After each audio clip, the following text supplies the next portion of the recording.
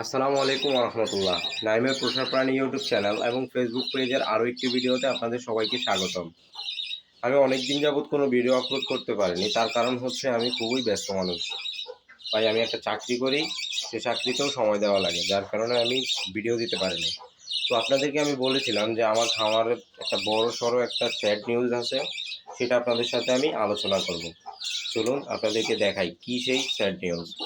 আপনারা যারা আমার আগের ভিডিওগুলো দেখেছেন তারা হয়তোবা জেনে থাকবেন আমার এই খাঁচায় ছিল খাঁচাভর্তি কোয়েল পাখি। এখন খাঁচাটা পুরোপুরি শূন্য। পুরোপুরি শূন্য না, এখন আছে দেশি কবুতর। খাঁচাটাকে খালি রেখে তো আর লাভ নেই, সেজন্য আমি কবুতর রেখে দিয়েছি যেগুলো আমি আগে পালতাম।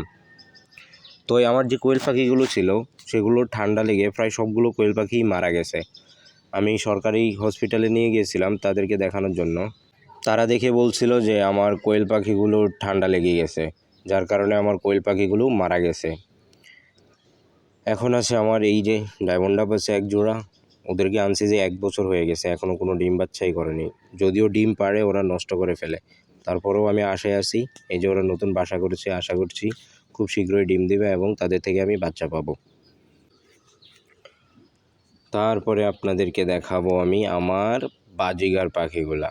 এই যে বাজিগার আছে একটা মতি মিয়া, ও আবার নতুন করে সংসার পাচ্ছে। এই হচ্ছে আমাদের পরি।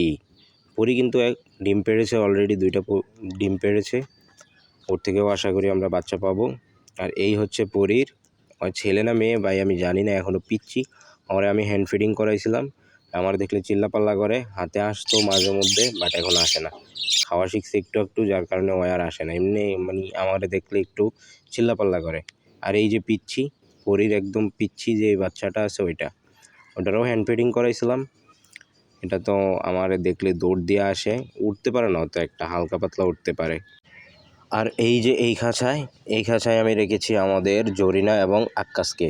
তাদেরকে অন্য যে বাজিগার পাখি আছে সেগুলো ডিস্টার্ব করে, আর জরিনা বরাবরই দুর্বল, যার কারণে আমি এদেরকে এই খাঁচায় দিয়েছি, যাতে ওরা খুব আরাম করে ডিম পাড়তে পারে এবং বাচ্চা করতে পারে, তাদের যাতে কোনো ঝামেলাই না হয়। তো আজকের ভিডিও এতটুকুই। আসলে ভাই খামার করলে খামারে লাভ লোকসান তো আছেই। ব্যবসাতে যেরকম লাভ লোকসান আছে, খামারেও লাভ লোকসান আছে। তো আপনাদের সাথে নিয়েই এই লোকসান কাটিয়ে উঠতে চাই, সেজন্য প্লিজ চ্যানেলটিকে সাবস্ক্রাইব করে দেন। আল্লাহ হাফেজ।